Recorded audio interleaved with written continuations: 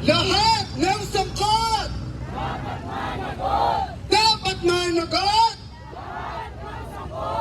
Ibang organisasyon, ang mga manggagawa at ang iba pa sa ilalim ng bagong alyansang Makabayan. Isang taon po ang nakalipas mula nang ipahinto ang sana ay trial ng Senado para sa impeachment kay Sara Duterte. Excited na ba kayo? Excited na ba tayong litisin si Sara Duterte?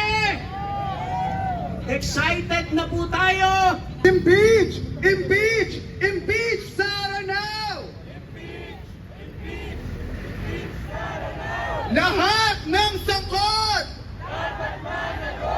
dapat managot.